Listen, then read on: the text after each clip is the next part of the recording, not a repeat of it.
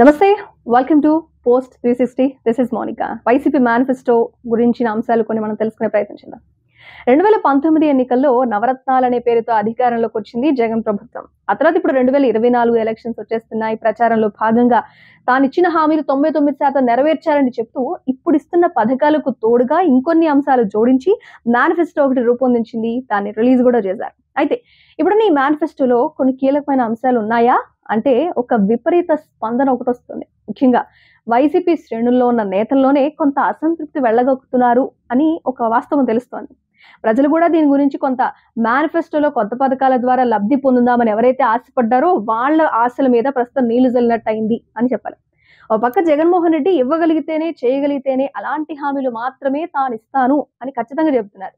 ఇంకో పక్క ప్రజలు మాత్రం పూర్వపు నవరత్నాలు మేనిఫెస్టోతో ఇప్పుడున్న దాన్ని కంపేర్ చేస్తూ పెద్దగా కొత్తగా ఆశించదగినంతగా ఏమీ లేదు కదా అని డిస్కషన్ చేసుకుంటున్నారు. అంతేకాదు టీడీపీ ప్రకటించింది కదా సూపర్ 6, దాంతో కంపేర్ చేసి మరీ చూస్తున్నారు ఇప్పుడు ప్రజలు. అసలు దీని ప్రభావం రాబోయే ఎలక్షన్స్ లో ఖచ్చితంగా పడుతుందా? ఈ ఓటర్లు ఏం డిసైడ్ చేశారనేది మాత్రం వెయిట్ అండ్ సీ. అయితే ఇప్పుడు వైసీపీ ప్రకటించిన మేనిఫెస్టోలోని కొన్ని కీలక అంశాలు ఏమున్నాయని మనం కూడా ఒకసారి గమనిద్దాం. ఇందులో ఫస్ట్ అంశం అయితే రాజధాని. ఎంత హీట్ అంశం అందరికీ తెలుసు. దాని గురించి అమరావతి శాసన రాజధాని, విశాఖ పరిపాలన రాజధాని, కర్నూలు న్యాయ రాజధాని అని ఒక ప్రకటన అయితే చేసేశారు. అందరికీ ఒక ప్రశ్నగా మిగిలిన ఇంకో అంశం ఏంటి అంటే పోలవరం. ఎవరిని అడిగినా పోలవరం గురించి ఖచ్చితంగా మాట్లాడతారు. అయితే ఈ అంశం గురించి కూడా క్లారిటీ ఇస్తూ రాబోయే 5 ఏళ్లలో పూర్తి చేస్తామని చెప్పేశారు. చదువు ఎంత ముఖ్యమో తెలుసుకుని విద్య మీద శ్రద్ధ పెట్టిన వ్యక్తిగా ప్రభుత్వంగా ఇది ఉందని చెప్పాలి. ఆ విషయం ప్రజలకు కూడా బాగా తెలుసు.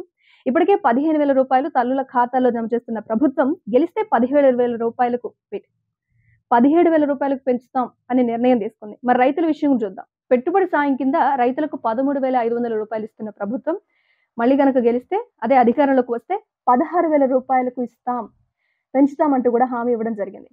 సరే, పథకాలకు సంబంధించి కాస్త ఎక్కువగానే హామీ ఇచ్చిందా అని చెప్పాల్సి ఉంటుంది. ఎందుకంటే మీరు కూడా చూద్దురు కానీ వివిధ పథకాల కింద మహిళలు, పలు సామాజిక వర్గాలు, నిరుపేదలకు చెందిన వాళ్ళందరికీ కూడా ఆర్థిక సాయం చేస్తున్న సర్కార్ ఇప్పటికే వైఎస్ఆర్సీపీ చేయూత కింద 75,000 రూపాయలు అందిస్తుంటే మళ్ళీ కనుక అధికారంలోకి వస్తే 1,50,000 ఇస్తాం, పెంచుతామని ప్రకటించింది. అదేవిధంగా కాపు నేస్తం 60,000 రూపాయల నుంచి 1,20,000కు, వైఎస్ఆర్ ఈబీసీ నేస్తం 45,000 రూపాయల నుంచి 1,05,000 వరకు పెంచబోతున్నట్టుగా ప్రకటించడం జరిగింది. మరి ఈ ఎఫెక్ట్ ఎలా ఉంటుందో చూడాలి. ఇక ఆటో టాక్సీ డ్రైవర్లకు ప్రతి సంవత్సరం 10,000 రూపాయల ఆర్థిక సాయం ఇస్తుంటే ఈ పథకాన్ని లారీ డ్రైవర్లకు కూడా వర్తింపజేస్తాం, వాళ్ళకు కూడా అందజేస్తామని ఇప్పుడు ఉన్న మేనిఫెస్టోలో పేర్కొనడం జరిగింది.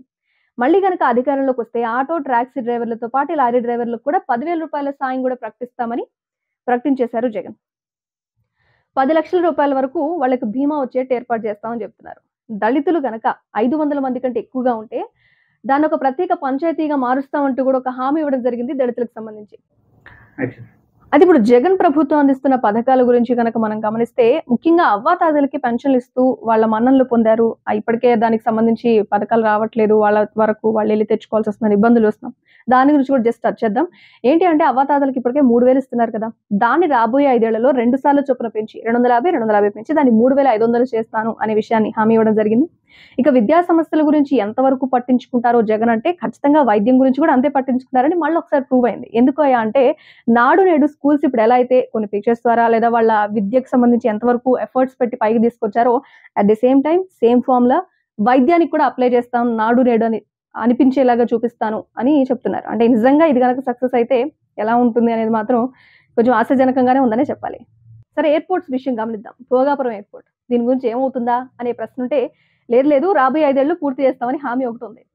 ఇక జీవన బీమా కింద స్విగ్గీ, అమెజాన్ లాంటి డెలివరీ బాయ్స్ ఉంటారు కదా, వాళ్ళకి ఎప్పుడైనా గనక ప్రమాదవశాత్తు ఏదైనా జరిగి వాళ్ళు చనిపోతే 5 లక్షల వరకు కూడా వాళ్ళకి బీమా అందజేస్తామని తెలిపింది. సరే, ఇక మతపరమైన అంశం గురించి మనం వాళ్ళ పరిగణలోకి తీసుకుని ముస్లిం, క్రిస్టియన్స్ ఎవరైనా వాళ్ళ ప్రార్థనా మందిరాల కోసం గనక ఎదురు చూస్తూ ఉంటే వాళ్ళకి ప్రత్యేక నిధులు కేటాయిస్తామంటూ కూడా ప్రభుత్వం ఇప్పటికే హామీ ఇచ్చింది దీనికి సంబంధించి. ఇక చివరిగా చెప్పుకోవాల్సిన విషయం ఏంటి అంటే మిగిలిపోయింది. ఇప్పటి వరకు తను ఏవైతే పథకాలు చెప్పారో అమలు చేస్తున్నారో వాటన్నిటిని కొనసాగిస్తూనే ఇప్పుడున్న కొత్త అంశాలను జోడిస్తున్నాం అని వైసీపీ తన మేనిఫెస్టో రిలీజ్ చేసింది. ఇక ఈ మేనిఫెస్టోలో పెద్దగా గొప్పగా ఆశించినంత అద్భుతాలేమి జరగనప్పటికీ కొన్ని కొత్త అంశాలు జోడించి ఈ నవరత్నాల్ని కొంచెం అప్డేటెడ్ వర్షన్ 2.0గా మనం చెప్పుకోవచ్చు.